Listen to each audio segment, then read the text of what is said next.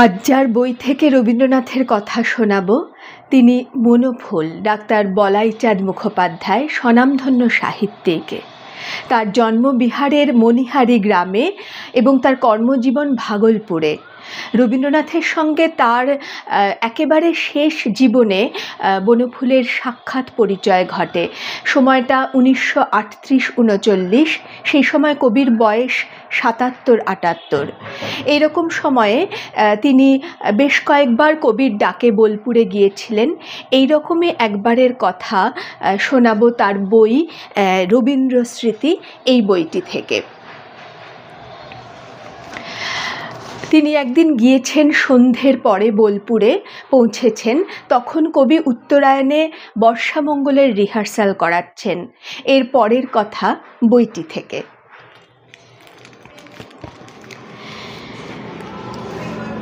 অনিলদা গিয়ে তাকে আমার আগমন বার্তা জানালেন। তিনি কি বললেন আমি শুনতে পেলাম না।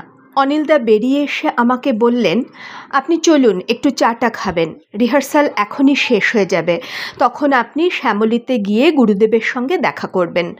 এখনই উনি ফিরে যাবেন শ্যামলীতে, আপনার থাকবার জায়গাও ঠিক পাশেই হয়েছে। অনিলদার সঙ্গে গেলাম, চা খেতে খেতে তাঁরই সঙ্গে গল্প করলাম খানিকক্ষণ। একটু পরেই অনিলদা উঠে পড়লেন, যাই গুরুদেবকে নিয়ে আসি। আমি বললাম, এখন উনি কেমন আছেন, এখন আমি আর দেখা করব না, কাল সকালে যা হয় হবে। একটু পরেই রবীন্দ্রনাথ এলেন, যতদূর মনে পড়ছে বড় একটা মোটর গাড়ি করে। এসে নিজের ঘরে ঢুকলেন। আমি বিছানায় শুয়ে পড়েছিলাম। আধ ঘন্টা পরে অনিলদা এসে বলে গেলেন, গুরুদেব আপনাকে ডাকছেন, যান। তাড়াতাড়ি উঠে গেলাম। সামনের ঘরেই বসেছিলেন, গিয়ে প্রণাম করতেই বললেন, এবার একা এসেছো বুঝি? হ্যাঁ, ওরা সব কলকাতায়।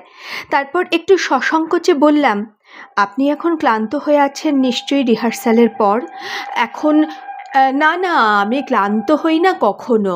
তোমার খাওয়া দাওয়ার ব্যবস্থা এখানেই বনমালী করেছে, সুবিধা হবে না এখানকার খাওয়া, শুনেছি তুমি খাইয়ে লোক, কাল দুপুরে বৌমার কাছে খেও, বসো। বসলাম।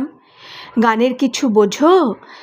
সে বিশেষ কিছু নয়, প্রথম প্রথম ডাক্তারি পাশ করে সেতার শেখবার ঝোঁক হয়েছিল, একজন ওস্তাদের কাছে শিখেছিলুম কিছুদিন, কিন্তু শেষ পর্যন্ত পেরে উঠলুম না। ডাক্তারি আর সাহিত্য তো ছিলই, তার উপর সেতার আর সামলানো গেল না। তবে গান আমি খুব ভালোবাসি। তারপর একটু থেমে বললুম, আমার দুর্ভাগ্য যে আপনি যখন গান গাইতেন তখন আমরা খুব ছোট ছিলাম, আপনার গান শোনবার সৌভাগ্য হয়নি। ইদানিং আপনার একটা রেকর্ড বেরিয়েছে, তবু মনে রেখো, সেইটে কিনে রেখেছি, মাঝে মাঝে বাজাই। তুমি যে গানের কিছু কিছু বোঝো তার প্রমাণ তোমার দ্বৈরথ বইয়ে আছে। আচ্ছা, দ্বৈরথ বইয়ে যেসব চরিত্র এঁকেছ তাদের তুমি দেখেছ?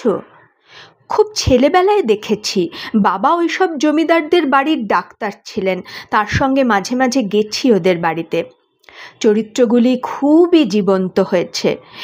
এরপর বনমালী দ্বারপ্রান্তে এসে খবর দিলে ডাক্তারবাবুর খাবার দেওয়া হয়েছে। প্রণাম করে উঠে পড়লুম। খাওয়া বেশ ভালোই ছিল, কয়েক রকম নিরামিষ তরকারি আর রুটি, ভালো দুধও ছিল খানিকটা। খেয়ে দিয়ে আলো নিবিয়ে শুয়েছি, তখনও ঘুম আসেনি। হঠাৎ অনুভব করলাম আমার ঘরে কে যেন ঢুকে ঘুরঘুর করছে। কে? আমি বনমালী, আপনি ঘুমিয়েছেন কি না বাবুমশাই জিজ্ঞেস করলেন।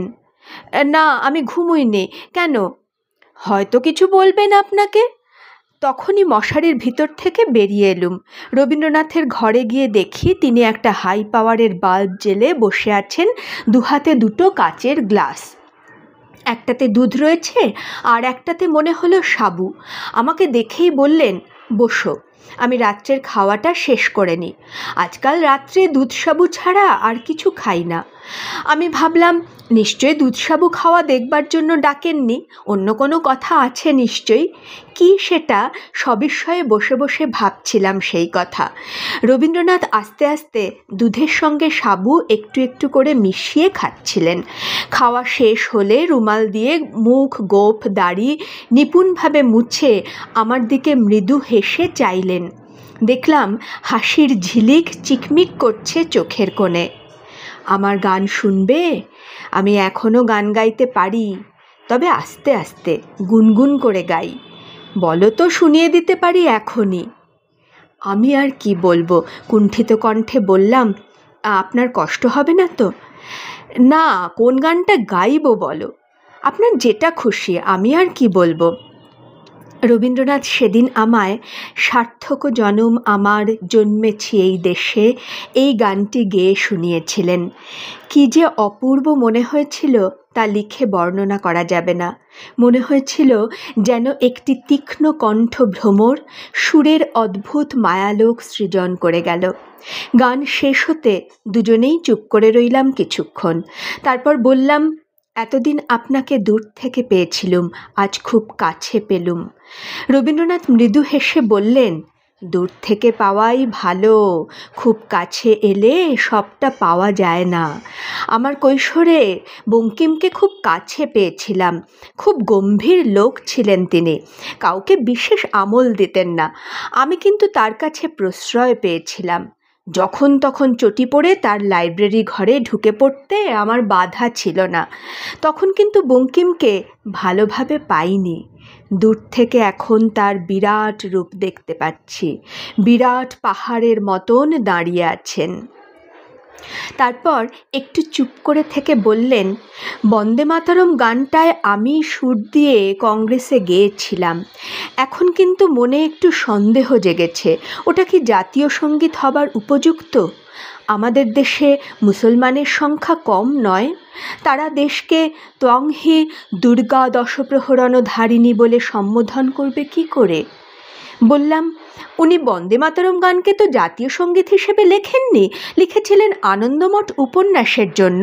তারপর যখন আমাদের দেশে জাতীয় জাগরণ হলো, তখন যেসব ছেলে দেশের জন্য প্রাণ দিতে এগিয়ে এলো তাদের অধিকাংশই হিন্দু আর অধিকাংশই মূর্তি পূজক, আর সম্ভবত আনন্দমঠ বইটাই ছিল তাদের প্রেরণা। তাই তারা মহা উৎসাহে বন্দে মাতরম গান গেয়ে মৃত্যুর বুকে ঝাঁপিয়ে পড়ল। ও গানের দাম অনেক, তা তো ঠিক, কিন্তু এখন ও গান চলবে কি? চলছে তো, ও গানের যা প্রেস্টিজ তা আর কোনো গানের নেই। চেষ্টা করলেও ও গানকে আর হটানো যাবে না। রবীন্দ্রনাথ বললেন, হ্যাঁ, ও গান অমর। তোমাকে অনেকক্ষণ আটকে রেখেছি, এবার শুয়ে পড়োগে যাও। শুয়ে পড়বার খানিকক্ষণ পরে দেখি আবার কে আমার মশারির চারপাশে ঘুরছে। কে? আমি, বনমালী। মশারিটা ঠিক গোজা আছে কি না? সব ঠিক আছে, তুমি আবার কষ্ট করে এলে কেন? বাবুমশাই বললেন যে দেখে এসো আর একবার ভালো করে। পরদিন সকালবেলা আমার ঘুম ভাঙতে দেরি হয়েছিল। যখন উঠলাম তখন প্রায় 8টা। বিছানা থেকে নেমেই বনমালীর সঙ্গে দেখা। বনমালী হেসে নমস্কার করল। রাত্রে বেশ ঘুম হয়েছিল তো? হ্যাঁ, প্রচুর ঘুমিয়েছি। চা তৈরি করি? করো। গুরুদেবের চা খাওয়া হয়ে গেছে? কখন? ভোর 4টে ওঠেন তো। কোথায় তিনি? ওদিকের বারান্দায় বসে লিখছেন। তাড়াতাড়ি মুখ ধুয়ে নিলাম। পাশেই সব ব্যবস্থা ছিল।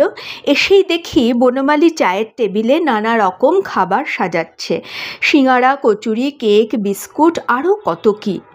এত সব আমি খেতে পারবো না এখন। 2-1খানা বিস্কুট দিয়ে তাড়াতাড়ি চা খেয়ে নিলাম। বনমালী বললে, দুপুরে আপনি বৌমার কাছে খাবেন। উনি জানতে চেয়েছেন কটার সময় আপনি খান। 12টার আগে নয়। তারপর গেলাম কবি সন্দর্শনে। যদিও জানতাম এ সময় গেলে উনি বিরক্ত হবেন, এখন উনি লিখছেন, তবু লোভ সামলাতে পারলাম না। ভাবলাম গিয়ে একটা প্রণাম করে চলে আসব। গিয়ে যা দেখলাম তা না দেখলে রবীন্দ্র চরিত্রের এদিকটা বোধ হয় আর কখনো দেখতে পেতাম না। দূর থেকেই দেখতে পেলাম রবীন্দ্রনাথ জরির কাজ করা গোলাপি রঙের মস্ত একটা পাগড়ির মতো টুপি পরে নিবিষ্ট মনে লিখে যাচ্ছেন। মনে হলো এ ধরনের টুপি বঙ্কিমচন্দ্রের একটা ছবিতে যেন দেখেছিলাম। আরেকটু কাছে যেতেই রবীন্দ্রনাথ মুখ তুলে চাইলেন। আমার দৃষ্টি তখনও টুপির দিকে। হেসে বললেন, টুপিটা দেখছো? বনমালী ওটা পরিয়ে দিয়ে গেল।